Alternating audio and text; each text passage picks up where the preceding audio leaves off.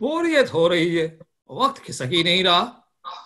माँ, ये साड़ी इंदिरा काकी के लिए क्यों? और वो शायद मित्रा काकी के लिए। अरे इतनी अच्छी साड़ी इंदिरा के लिए?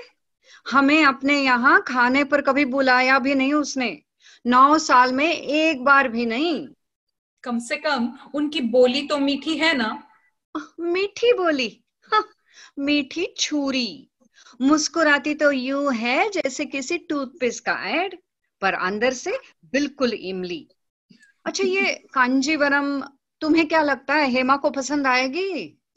ये ये अक्का का रंग नहीं है। कम से कम मैंने तो उसे इस रंग में कभी नहीं देखा। अब रुको, हेमा का, हेमा का।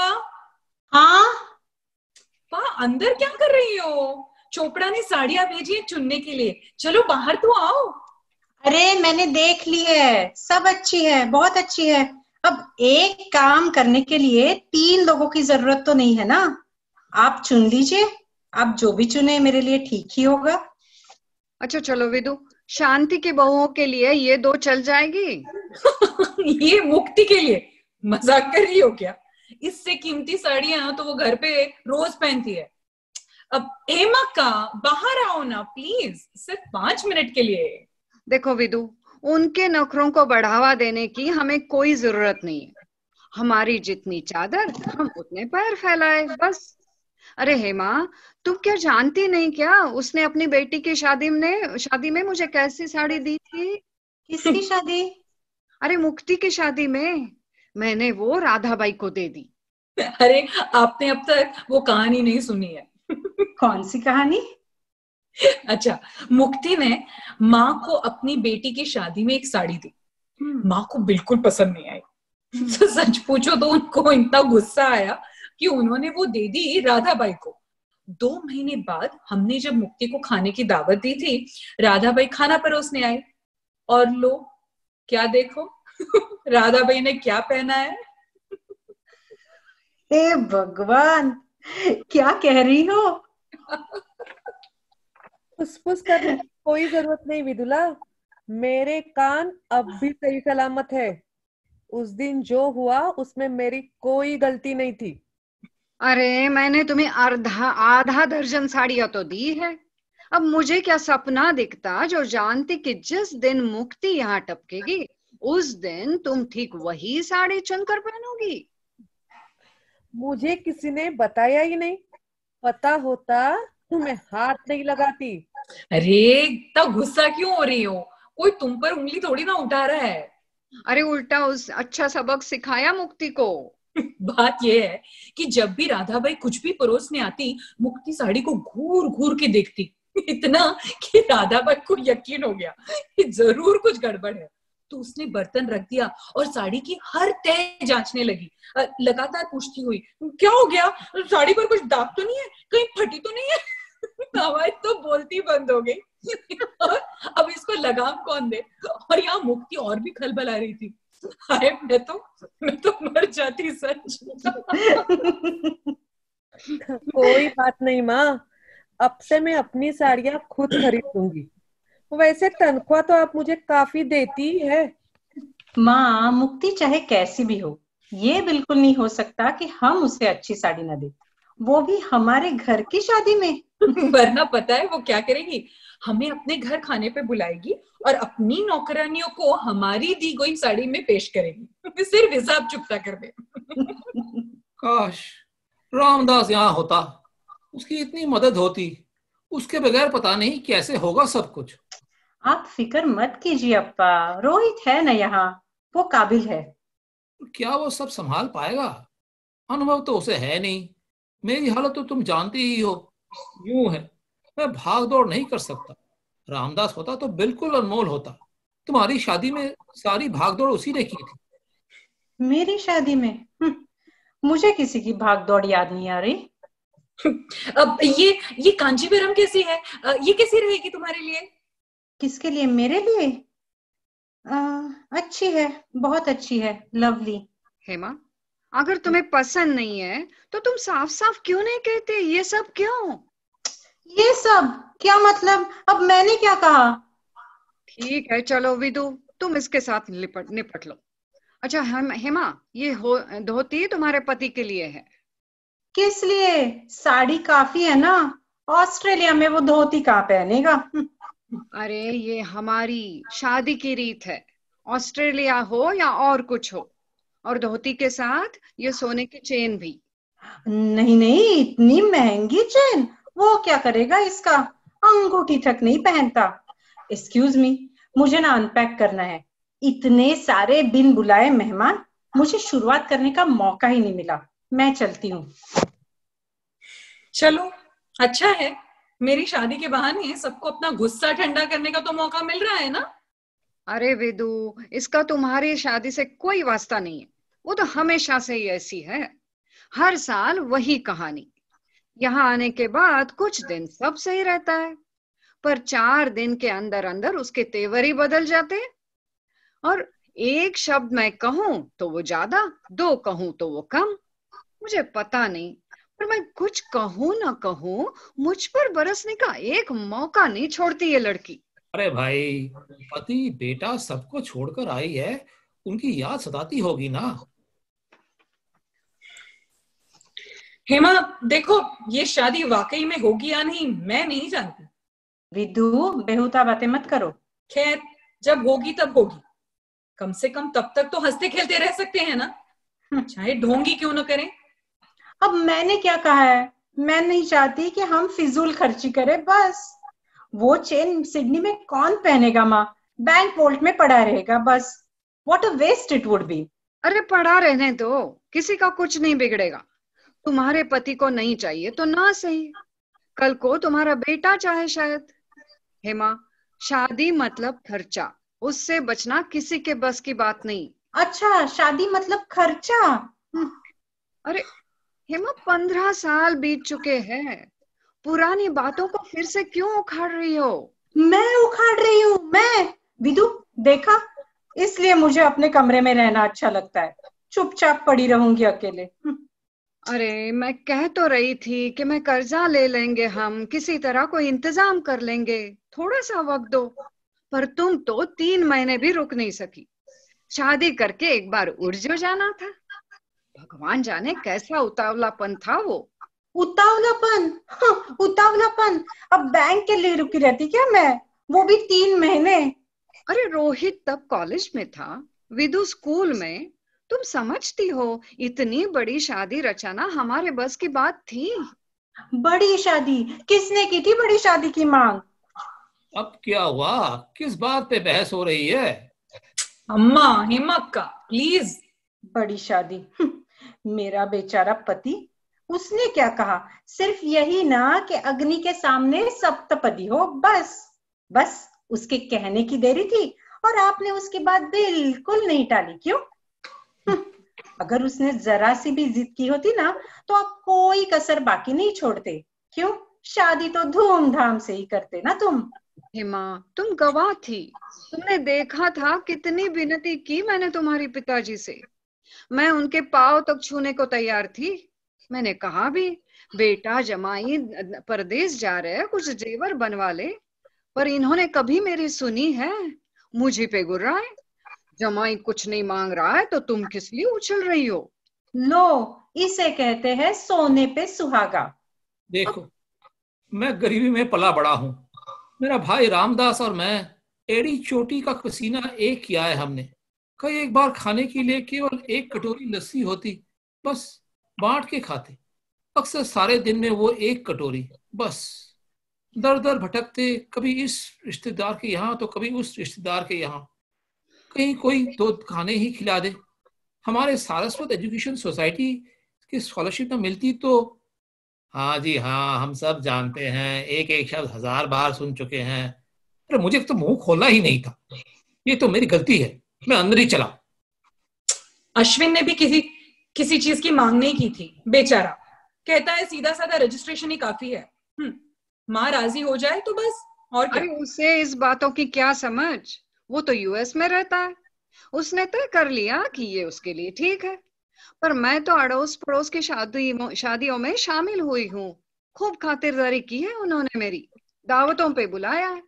और अब जब मेरी अपनी बेटी की शादी है तो तुम चाहती हो कि मैं आए मेहमानों के हाथों में 5 सुपारी थमाकर उन्हें चलता कर दूं? 5 नहीं बजे, स्कूल से अब तक लौटे नहीं होंगे वो। अच्छा, तुम साड़ियों का कुछ तय कर लो तो अच्छा होगा, मुझे और काम भी है। अम्मा, लो कर लो बात। अब 2 घंटे से पहले ये रसोई घर से बाहर नहीं निकलेंगी। साड़ियां चुनना तो हो गया बस। आधे घंटे के बाद ही ठीक रहेगा, स्कूल से लौट चुके होंगे तब तक। ये क्या है माँ का? हाँ? उन पर कब तक नजर रखोगी? बेचारे जीजू इतने अच्छे पिता हैं, कितना ख्याल रखते हैं अपने बच्चों का। उन्हें चैन से क्यों नहीं रहने देती? तुम्हारे जीजू इतने भुलक्कड़ है ना, खासकर बच्चों के मामलों में। जहां तक बैंक के मामलों का सवाल है, नो प्रॉब्लम एट ऑल। पर वे तो चीफ कमर्शियल ऑफिसर हैं। वाओ, तुम नहीं जानती हम सबको उन पर कितना अभिमान है। परसों ही अश्विन को बता रही थी मैं। तो कहने लगा हम भारतीय पूरी कमर्शियल दुनिया में छा जाने वाले हैं। आजकल ज्यादातर मल्टीनेशनल इंटरनेशनल बैंक्स कॉर्पोरेशंस के सब टॉप पोजीशंस पे हमारे ही तो लोग हैं, इंडियंस। अरे और तुम जानती हो क्यों? क्योंकि सारे के सारे ट्रांसफरेबल जॉब्स है। और गोरी मेम पति के पीछे यहाँ से वहां, वहां से यहाँ जाने को बिल्कुल राजी नहीं। हम भारत की नारियां पति की सेवा करने सती सावित्री की तरह अपने पति के पीछे पीछे मुंडी नीचे किए कहीं भी चली जाती है। अब मेरा ही देख लो, मेलबर्न, जोहान्सबर्ग, सिंगापुर और अब सिडनी। तो ताज्जुब की तो कोई बात नहीं ना कि हमारे मर्दों को सारे टॉप जॉब्स मिल जाते हैं। एक बात बताऊं विदु, मेरी हालत माँ के हालत से कुछ बेहतर नहीं है। ओ हेलो, हेलो विवान, कम इन। हाय, आपकी किताब लौटाने आया था। Hello Hema aunty. Hi, I am sorry, पर तुम? अरे ये विवान है, चंद्रिका कैकिनी का बेटा। ओह गॉश, कितने बड़े हो गए हो। मैं तो तुम्हें कभी पहचान ही नहीं पाती। विदु, ये मेरे केतन से 2 साल छोटा है ना? और कद तो देखो इसका। बाप रे, तुम इतने से थे जब मैंने तुम्हें पिछली बार देखा था। सच्ची। विवान, तुम शादी में तो आ रहे हो ना? वो शादी की तारीख तो जानते हैं ना? मैं तो बिल्कुल नहीं जानती। Shut up Vidu. Of course, हाँ जानते हैं। मैंने कल किताब ली थी, वो वापस करने आया हूँ। और मैंने आपको कल देखा भी था। मदाम बावरी? ओ डियर, क्या तुम्हें इस उम्र में ऐसी किताब पढ़नी चाहिए? Are you sure? क्लास में फर्स्ट आता हूँ। हम श्योर आते होंगे, पर तुम्हें 3-4 साल और रुकना चाहिए विवान। मेरा केतन तुमसे बड़ा है, उसे तो ये सब बिल्कुल नहीं कभी मैं पढ़ने देती। आपको पता है, मैंने लेडी चैटलिस लवर भी पढ़ी है। तुम्हें शर्म आनी चाहिए। आपके लिए एक चिट्ठी है। चिट्ठी? कहाँ? वो किताब के अंदर। मेरे लिए चिट्ठी? इस किताब में?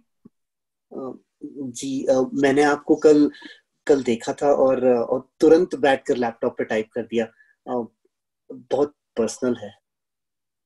पर्सनल? अजीब बात है। ठीक है, देखती हूँ। ओह गॉड, पर लेकिन विवान, माय गॉड, ये तो तुम ऐसा। मैं कल पढ़ लूंगा। हाँ? मैं कल पढ़ लूंगा। तब ये लीजिए।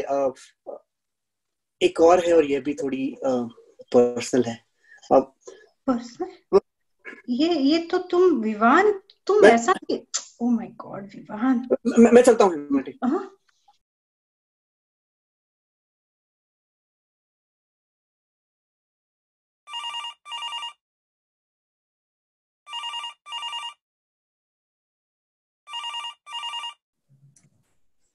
हेलो। हाँ इजाबेल।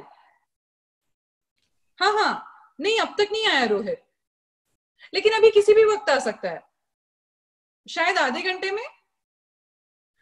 हाँ, उसे बता दूंगी तुमने कॉल किया था। Okay okay Isabel, bye. ये किसकी चिट्ठी है? क्या है ये? डार्लिंग, डार्लिंग तुम नहीं जानती मैं कितना तरसता हूं कि तुम्हें कसकर अपनी बाहों में भर लूं। अरे मत। ओ सॉरी, ये चिट्ठी तुम्हारी है? तुम दोनों तो भाई वाह। अगली लाइन पढ़ने से खुद को रोका ही नहीं गया। वह चाहता है कि तुम्हें शट अप विदु। शादी के 15 साल बाद तुम्हें जीजू से ऐसी चिट्ठियां मिलती हैं? वाओ, मेरे मंगेतर ने तो मुझे अब तक चिट्ठी में भी नहीं चूमा। उफ, मुझे मुझे ना सिडनी फोन करना चाहिए अब। हाँ हाँ, क्यों नहीं, जीजू की ऐसी चिट्ठियों का जबरदस्त असर तो होता ही होगा तुम पर। अरे नहीं नहीं, ये तो वो घंटी तो बज रही है। ये केतन घर पर क्यों नहीं आया अब तक? उफ, बस ठीक ठाक हो। और क्या? फिर ठीक ठाक क्यों नहीं होगा? केतन अब सब काफी बड़ा हो गया है, इस विवान से भी बड़ा हो गया है। अरे उसी का तो डर है। हाँ, मेरे कानों को कुछ भी नहीं हुआ है माँ। मैंने आपको सुना, पर आपको क्या दिखाई नहीं देता कि त्रिफला के ये दाने कितने छोटे हैं? 10 साल की उम्र से खाना पका रही हूँ। तुम्हें क्या लगता है कि नाप तोल का मुझे कोई अंदाज नहीं? जानती हूँ खाना पकाने में कितनी माहिर हो। तीखी बघारने की कोई जरूरत नहीं है। मेरे पास वक्त नहीं है। मैंने कितनी बार ठोक कर समझाया है, मसाला डालने से पहले मुझे दिखाओ कितना है। पर दिखाने से तुम्हारी औकात घट जाएगी ना। क्यों? कुछ ज्यादा ही घमंडी हो सच में। फिर से माँ, आज ये तीसरी बार है। हमें तो आदत हो गई है। इतना ही है तो खाना पकाने की जिम्मेदारी तुम अपने हाथ क्यों नहीं लेती माँ? मुझे खाना पकाने के लिए रखा है, पर हर छोटी सी छोटी बात मुझे बताएगी जैसे मैं कोई उल्लू हूँ। इतना चाक, इतना नमक, इतनी मिर्ची। मैं क्या अंगूठा चूसती बच्ची हूँ? अरे मुझे रसोई घर में दांत का पसीना बहाना पड़े तो तुम्हारी क्या जरूरत है? जाओ, जाकर उस कोने में बैठो। मैं तुम्हारा काम करूं और तुम तनख्वाह बाकायदा लेती रहो। हाँ हाँ, वही करूंगी। पता नहीं किस जन्म का बैर है कि अब तक भुगत रही हूँ। हाय हाय, करम फूटे और मेरे पति को उठा ले गया ऊपर वाला। इसीलिए तुम्हारे घर में जीना पड़ रहा है। तुम्हारी डांट फटकार खाकर मन मसोस मसोस कर रह रही हूँ। ओफो माँ, माँ को क्या हो गया है? ये पागल हो गई है क्या? राधा बाई को भेज देने की बात, और वो भी शादी के 1 हफ्ता पहले। एक त्रिफला के दाने पर इतना। कुछ नहीं होगा, फिक्र मत करो। ये राधाबाई, माँ राधाबाई को नहीं भगाएगी और नहीं राधाबाई कहीं जाने वाली है। हाँ, रोज रोज की खिचकिच चलती रहेगी, सो चलती रहेगी बस। That's surprising. मेरा मतलब है, इन 7 सालों में मैंने कभी उसे सुर ऊंचा करते हुए नहीं सुना। मैं तो हमेशा चंद्रकांत से कहती रहती हूँ, काश मुझे भी सिडनी में कोई राधाबाई मिल जाती। बस करो माँ, अब बस करो। और राधाबाई, आप भी बस करो, बहुत हो गया। मैंने क्या किया हेमा? क्या कहा मैंने? चली जाओ? पर कहाँ? अब इस उम्र में एक घर से दूसरे घर नौकरी की भीख मांगते हुए तो नहीं घूम सकती ना। कोई तुम्हें जाने के लिए नहीं कह रहा है राधाबाई। एक बात बता दूं, मेरे लिए तुम्हारी माँ देवी है। सर पर छत दी है मुझे उसने। जब मैं बीमार पड़ी, रात भर मेरे सिरहाने पे बैठी रही, लेकिन तकलीफ भी कम नहीं दी है उसने मुझे। ये भी मैं जरूर कहूंगी। अच्छा, तो मैंने तुम्हें तकलीफ दी है? क्यों? क्या बिगाड़ा है मैंने तुम्हारा? और कौन कहता है तुमसे कि जी को मार के यहाँ रहने को? ओह माँ प्लीज। मैं और नहीं सह सकती। अब एक ही रास्ता है। हाँ, उसको घर भेज दो। अरे तुम्हें मजाक सूझ रहा है? जीना हराम कर देती है मेरा। माँ ये सब क्या हो रहा है? बिल्कुल नया। क्या हो गया आखिर? ये चीखना चिल्लाना। अरे ये सब उस टेलीविजन का नतीजा है। अब जाकर रहे गांव में अपने भाई के पास, उसके लिए अच्छा यही होगा। उसकी तबीयत तो ठीक है ना? शायद उसे ना किसी साइकियाट्रिस्ट से मिल लेना चाहिए। बड़ा शौकीनी इलाज सोचा है। कोई जरूरत नहीं है। तुम लोगों ने तारीफ कर करके उसे आसमान पे बिठा रखा है। कितनी अच्छी हो, कितना बढ़िया खाना पकाती हो, माँ कितनी खुशनसीब है, सिर पर चढ़ा रखा है उसे। और अब और अब ये जाएंगी, देखना, ये जाएंगे अभी रसोई घर उन्हीं के पीछे। हाँ हाँ, वहां करने को अभी बहुत कुछ बाकी है। मैं ऐसे ही नहीं बैठ सकती। इसके आने से पहले हमारे यहाँ नागप्पा था। 30 साल काम किया उसने, लेकिन एक कभी आवाज नहीं उठाई। पर आजकल रसोई मिलते ही नहीं है, वही तो मुसीबत है। सच है, नागप्पा ने कभी आवाज नहीं उठाई। अपना काफी दम घाघरे उठाने में जो लगता था, क्या वो क्या है कि वो अपना हाथ ऊपर। हाँ? क्या कहा तुमने विदु? पर तुम तो इतनी छोटी थी, मैंने तो कभी सोचा भी नहीं। अजीब अजीब जगह हाथ लगाता था। हाँ? और हम तुम्हें उसके साथ घर पर इसलिए छोड़ जाते थे कि वो तुम्हारी देखभाल करता, तुम्हारी हिफाजत होती। दोगला कहीं का। पर तुम तो बड़ी थी। मुझे पता लगाने का कभी मौका ही नहीं मिला विदु। शायद ना मुझे अभी सिडनी फोन करना चाहिए। हाँ। अरे आज सुबह ही तो तुमने फोन किया था ना। तब से अब तक बहुत लंबा दिन बीत चुका है माय डियर। ये आवाज शायद रोहित की है। रोहित का ही मोबाइल है। अच्छा, मुझे लगता है मैं बाद में फोन करूंगी। उसके आने का एनीवेज वक्त हो चुका है। लगता है रोहित आ गया। ईमेल। मेरे लिए भी कुछ? किसके लिए है? किसके लिए है? अरे हेमक्का, तुम्हारे लिए और किसके लिए? मेरा मतलब है जीजू तो वहां भगवान की तरह बैठे होंगे, अपने चारों हाथों को काम पे लगाए। एक हाथ में मोबाइल, दूसरे में कंप्यूटर, तीसरे में फोन और चौथे में एयरमेल चिट्ठियों की थप्पी। सब तुम्हारे लिए। खुद यहाँ आता तो अच्छा रहता। अच्छा रहता? किसके लिए? अरे उसके लिए, हमारे लिए। अच्छा होता अगर वो भी शादी में शामिल होता। तुम्हारे बच्चों को भारत का कुछ और देखने को मिलता, हम भी उन्हें कुछ और देखते। पर हमारी सुनता कौन है यहाँ? अश्विन से कुछ ईमेल नहीं आई है क्या? अश्विन 13 को नहीं आ सकता, 17 को पहुंच रहा है। हाँ? 17 को? पर क्यों? ये तो बिल्कुल बेतुकी बात हुई। हमें वक्त ही नहीं मिलेगा और उन्हें भी वक्त नहीं मिलेगा। मेरा मतलब है 1 हफ्ता तो चाहिए ना कम से कम। वो यूएस की बैडमिंटन टीम ऑस्ट्रेलिया जा रही है। अश्विन उनका लीगल कंसल्टेंट है। वो उनके साथ चेन्नई तक सफर करेगा और वहां से धार बार आएगा। अरे पर ये ऐसे कैसे हो सकता है? पहले से तय कर चुके कि विदु से मिलना है, कुछ वक्त बिताना है। अगर वो एक दूसरे को पसंद करते हैं तो शादी होगी, नहीं तो नहीं होगी। अब मेरा मतलब है ऐसा उसी ने तो कहा था। अब अगर वो खुद देर से आए तो ये सब कब होगा?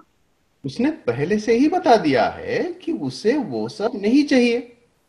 कोई रस्म नहीं, कोई फजूल तमाशा नहीं, कुछ नहीं।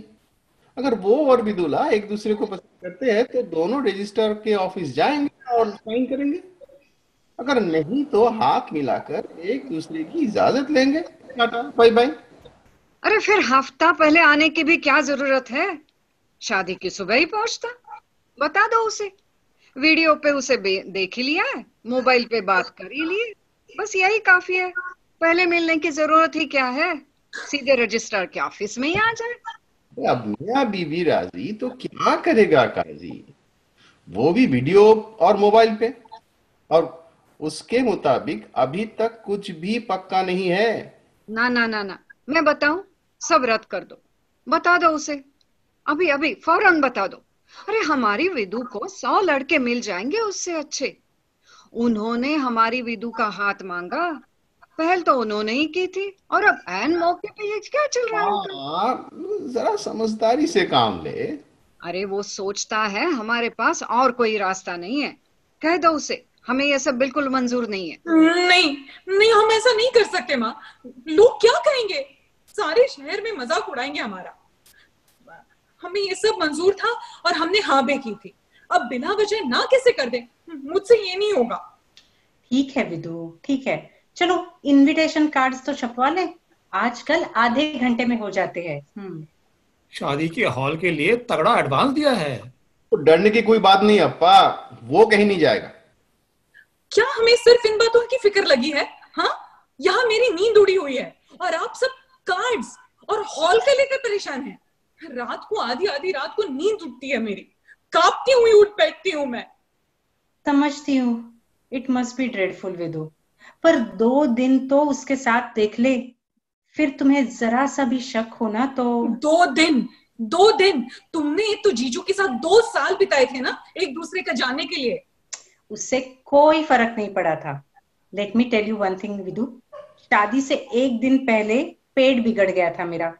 चंद्रकांत के कंधे पर सिर रखकर बहुत रोई कि शादी की तारीख 10 बंद होने तक तो आगे बढ़ा दो, पर वो माने क्या? अरे तारीख बढ़ाने के लिए मानेंगे? हाँ। अरे पहला बच्चा 10वां महीना क्या लगा ठीक उसी दिन पैदा हो गया था, जानते नहीं? बस माँ, हम यहाँ अपनी शादी के बारे में तो बात नहीं कर रहे हैं ना। कुछ भी कह लो, शादी जुए के खेल जैसे ही है। रामदास जिंदा होता तो सारा इंतजाम कर देता, छुट्टी में कितना कुछ कर लेता था। अच्छा, तुम लोगों ने अपनी तस्वीर खिंचवाई है कि नहीं? तस्वीर पासपोर्ट में दिए गए डिटेल से मिलने चाहिए। मैंने कुछ खिंचवाई थी लेकिन वो अच्छी नहीं आई तो मैंने फाड़ दी। वो सिर्फ अमेरिकन कॉन्सुलेट के लिए है, उनसे अश्विन की हाँ या ना को कोई फर्क नहीं पड़ेगा। ओहो, चुप रहो रोहित, आज शाम को जब शॉपिंग जाएंगे ना तो मैं करवा लूंगी। और उसे इंटरनेट कैफे में घुसने मत देना, ढूंढ नहीं पाओगी। Good luck. उसे परेशान करना बंद करोगे रोहित? विदु, वैसे उस इंटरनेट कैफे में तुम करती क्या हो? धार्मिक आख्यान सुनती हूँ। अरे मुझसे पूछो, वीडियो गेम्स खेलती है। गेम्स के पीछे पागल है ये। कुछ घंटों के लिए शादी के बारे में सोचने से राहत तो मिलती है ना। ओ बहन जी, शादी आपकी है, मेरी नहीं। मुझे क्या पड़ी है? उसने कहा ना वो कल करेगी, नहीं तो मैं चली जाऊंगी उसके साथ। अयो, तुमने शॉपिंग की बात छेड़ी तब मुझे एकदम से याद आ गया, मैं बिल्कुल भूल गई थी। अब मिस्टर और मिसेस हत्तंगड़ी रोहित को देखने आ रहे हैं आज शाम को। क्यों? हमें सताने के लिए उन्होंने हर शनिवार की सुबह रिजर्व कर रखी है ना। अरे सुना है सिरूर हैदराबाद से आ रहे हैं। नहीं, मुझसे नहीं होगा, बिल्कुल नहीं। मुझे अश्विन के अंकल से मिलना है आज शाम को, वो मैं मिस नहीं कर सकता। अब अंकल से नहीं मिलना नामुमकिन है, हतंगड़ियों से आप लोग मिल लीजिए।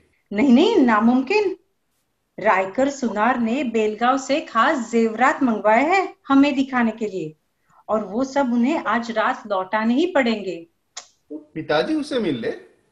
अरे रोहित देखो, जब कोई ये कहे कि हम आपसे मिलने आ रहे हैं तो हम ना नहीं कह सकते, और वो भी जब इतनी दूर हैदराबाद से आ रहे हैं। अच्छा माँ, पता है वो यहाँ क्यों आए हैं? अरे 5 मिनट के लिए उन्हें मिल लो बस। ये उनकी अच्छाई है कि मुझसे मिलने हैदराबाद से आ रहे हैं। हाँ, और मैं नहीं चाहती कि उन्हें लगे कि हम नकचड़े बन गए हैं। और 5 मिनट के बाद क्या कहूँ? घड़ी देखूं और कहूँ सॉरी सॉरी, 5 मिनट हो गए हैं, टाइम्स आउट, चलिए निकलिए। हतंगरी ठहरे चिपकू, वो निकलेंगे नहीं। अब मैं एक और बात तुम्हें बताना भूल गई, वो इजाबेल का भी फोन आया था, चाहती है तुम उसे वापस फोन करो। मेरा तो सर घूम रहा है, बाद में फोन करूंगा। आधे घंटे के लिए मैं सोने जाता हूँ। सिद्धू, ये इजाबेल कौन है? उसकी गर्लफ्रेंड। क्रिश्चियन? अबे इजाबेल नाम है तो और क्या हो सकती है? That's weird. उसने ये नई हरकत शुरू की है, जब भी कोई मुसीबत हो लेट जाता है बिस्तर पे झपकी लेने, कैट नैप्स, और वाकई में सो भी जाता है। Lucky fellow. हाँ, फाइनली। हाय।